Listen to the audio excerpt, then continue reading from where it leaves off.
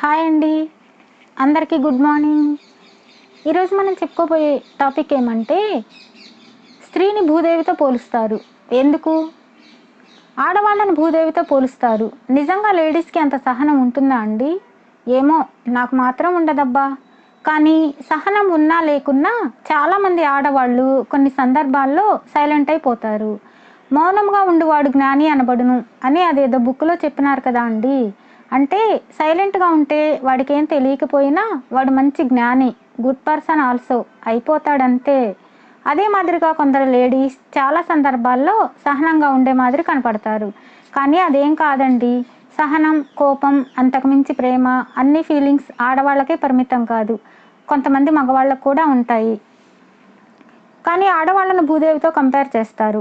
సహనంగా ఉన్న ఆడవాళ్ళను చూస్తే ఆ యమ్మని చూడబ్బా, భూదేవికున్నంత సహనం ఉండాది అంటారు.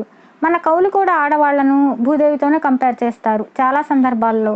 మన కవులు చాలా తెలివైన వాళ్ళండి.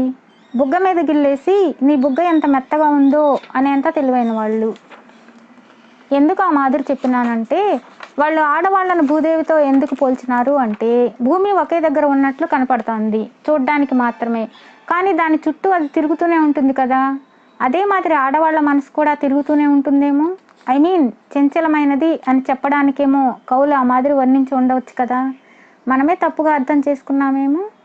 ఆడవాళ్ళు సైలెంట్గా ఉండడానికి, సర్దుకుపోవడానికి కారణం వాళ్ళ పెంపకమే అండి. అవునండి, 100% అంతే. మన పెద్దవాళ్ళ అమ్మాయిలను చాలా పద్ధతిగా పెంచుతారు. అంటే జాయింట్ ఫ్యామిలీస్లో అయితే అందరూ కలిసే ఉంటారు కాబట్టి వాళ్ళు వేసుకునే డ్రెస్ కూడా నిండుగా వేసుకునేలా చూస్తారు.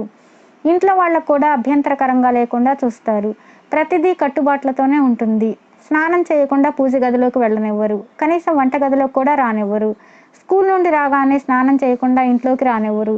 ఇవే కాదండి, ఇంకా చాలా చాలా ఉంటాయి. కట్టడి అని మనం అనుకుంటాం, కట్టుబాట్లు అని వాళ్ళు అంటారు. ఇందులో ఎవరిని తప్పుపట్టలేం కదా. ఇదంతా మన సనాతన ధర్మం ఆచరించే వాళ్లకు తప్పదు కదా అండి. కొంచెం కష్టంగా ఉన్నా పద్ధతిగా ఉంటే ఎవరు మనల్ని పాయింట్అవుట్ చేయరు కదా. ఈ సనాతన ధర్మం అనేది మనుస్మృతి నుండి వచ్చిందండి. అసలు ఆడవాళ్ళు ఎలా ఉండాలి, ఎలా ప్రవర్తించాలి, వాళ్ళు ఆచరించవలసిన పద్ధతుల గురించి మనువు గారు సుస్పష్టంగా రాశారు. బాలిక దగ్గర నుండి ముసలివాళ్ల వరకు ఆడది స్వతంత్రంగా ఏ పని చేయరాదట. మగవారి కనుసన్నల్లోనే చేయాలట. నా స్త్రీ స్వాతంత్ర్యమర్హసి అని చెప్పారు మనువు గారు. బాల్యంలో స్త్రీ తండ్రి చెప్పు చేతల్లోనూ, యవ్వనంలో భర్త అధీనంలోనూ, భర్త మరణానంతరం పుత్రుల మాట పాటించాలట. స్త్రీ స్వేచ్ఛగా ఉండకూడదట. స్త్రీ పెళ్లి కాకముందు తండ్రిని, వివాహానంతరం భర్తను ఎన్నడూ విడిచిపెట్టి ఉండకూడదట. అలా చేస్తే పుట్టినింటికి మెట్టినింటికి చెడ్డ పేరు వస్తుందట. భర్తకు తన మీద ఇష్టం ఉన్నా లేకపోయినా చిరునవ్వుతో భర్తను సేవిస్తూ ఇంటి పనులు చేయాలట. పొదుపు కూడా పాటించాలట.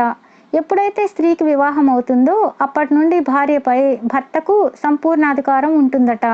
భర్తకు పరిచర్యలు చేస్తూ వినయంగా ఉండాలట.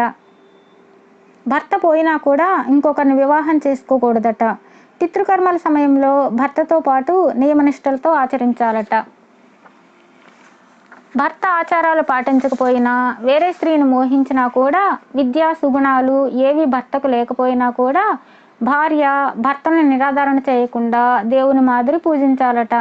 భర్త అనుమతి లేనిదే యజ్ఞం కానీ, అట్లీస్ట్ ఉపవాసం కానీ, వ్రతం కానీ చేయరాదట.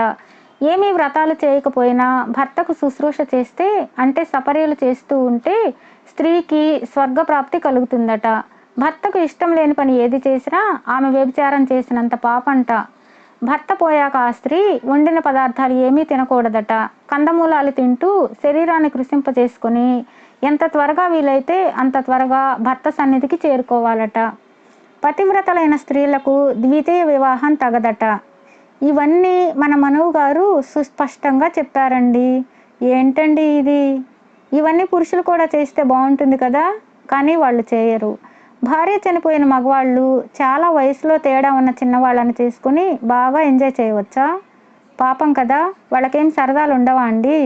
అంటే నేను కొందరిని చూశాను కాబట్టి చెప్తున్నా అంతే. భర్త చనిపోతే భార్య కందమూలాలు తింటూ కృషించి చనిపోయి భర్త దగ్గరికి చేరాలా? నిజంగా ప్రేమ ఉంటే వాళ్లే పోతారు కదా, ఒకళ్ళు చెప్పేదేమి. భర్త వేరే స్త్రీతో తిరిగినా, మద్యం సేవించినా, ఏం చేసినా కూడా క్వశ్చన్ చేయకూడదా?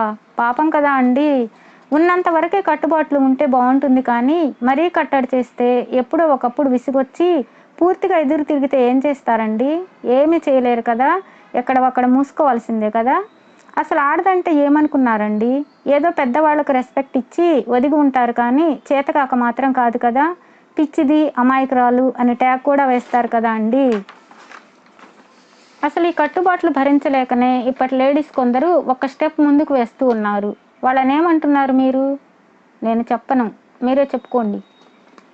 నేను ఆడవాళ్ళని ఏమీ అన్నాను, ఎందుకంటే ladies also equals to goddess అండి. అందుకే నేను లేడీస్ని ఒక్క మాట కూడా అనను. ఆడవాళ్ళు సహనంగా ఉన్నంత వరకే అన్నీ భరిస్తారు. నా వాళ్లే కదా అనుకుంటే వాళ్ళు ఎన్ని మాటలన్నా భరిస్తుంది. వాళ్ళు ఎక్కడ ఉన్నా హ్యాపీగా ఉండాలనే కోరుకుంటుంది. అది చేతకానితనం, పిచ్చితనం, విసిగిస్తుంది అని మీరు అనుకుంటే మీ కర్మ. వన్స్ నాది కాదు అనుకుంటే అది ఎంత వాల్యుబుల్ అయినా కూడా వాళ్ళ దృష్టిలో చీపేనండి. లేడీస్ దృష్టిలో ఒక్క మాటలో చెప్పాలంటే ఆడది అగ్నిపర్వతం మాదిరండి. అగ్నిని మనసులో దాచుకుంటుంది. ఒక్కసారి అగ్నిపర్వతం పేలింది అంటే ఆ లావాలో ఇంకేం మిగలదు, భస్మం తప్ప. అంతెందుకు, సృష్టి స్థితి లయకారకులైన త్రిమూర్తులను శాసించే పవర్ ఆదిపరాశక్తికే కదా ఉంది. ఆడదే అంటే ఆవిడంశే కదా అండి. మరి ఇంకో విషయం తెలుసా మీకు? ఆడవాళ్ళు అన్నింటిలోనూ మగవాళ్ళతో ఈక్వల్ కాదండి, మగవాళ్ళ కన్నా చాలా ఎక్కువే. ఫుడ్లోను, తెలివితేటల్లోనూ, ధైర్యంలోనూ, ప్రేమ చూపించడంలోనూ, స్ట్రెంత్లో కూడా కొన్ని కారణాల వల్ల ఫిజికల్గా వీక్మే కానీ మెంటల్గా చాలా చాలా స్ట్రాంగ్ అండి. అసలు ఆడవాళ్ళ గురించి చెప్పాలంటే చాలానే ఉంది, కానీ ఇప్పుడు మనకి టైం సరిపోదు. రూపేషు లక్ష్మి, రూపంలో అంటే నిండుగా లక్ష్మీదేవిలా కళకళలాడుతూ ఉండాలి. కార్యేషు దాసి, ఇంటి పనులు చేసేటప్పుడు ఒక దాసిలా ఉండాలట, అంటే పని మనిషిలా ఉండాలట. కరణేషు మంత్రి, తన భర్తకు కానీ ఎవరికైనా సలహాలు ఇవ్వడంలో మంత్రి అంత మేధస్సు కలిగి తెలివితేటలతో ఉండాలట. భోజ్యేషు మాత, భర్తకు భోజనం పెట్టేటప్పుడు అమ్మ మాదిరి ప్రేమను చూపాలి. ఆ టైంలో వాళ్ళకి అమ్మ గుర్తుకు రావాలి.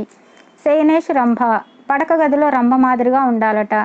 క్షమయా ధరిత్రి, ఏదైనా తప్పు చేస్తే క్షమించడంలో భూదేవంత సహనంతో ఆ తప్పును క్షమించాలట. ఇవి జెంట్స్ కూడా రాసే ఉంటారు, కానీ బయటకు రానిలేదేమో. ఇన్ని లక్షణాలున్న ఆడవాళ్లను ప్రేమ చూపించకపోయినా పర్లేదండి, రెస్పెక్ట్ ఇవ్వకున్నా పర్లేదు, కానీ ఒక మనిషిలా మాత్రం చూడండి అబ్బా. మీరు చూస్తారులే, మీరందరూ గుడ్ పర్సన్స్ కదా మరి. ఓకేనా? Thank you, bye bye, see you, good night all of you, bye.